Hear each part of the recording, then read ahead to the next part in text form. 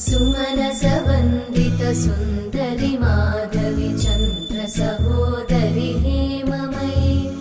मुनिगणवन्दित मोक्षप्रदायिनि मञ्जुळभाषिणि वेदनुते पङ्कजवासिनि देवसुपूजित सद्गुणवर्षिणि शान्ति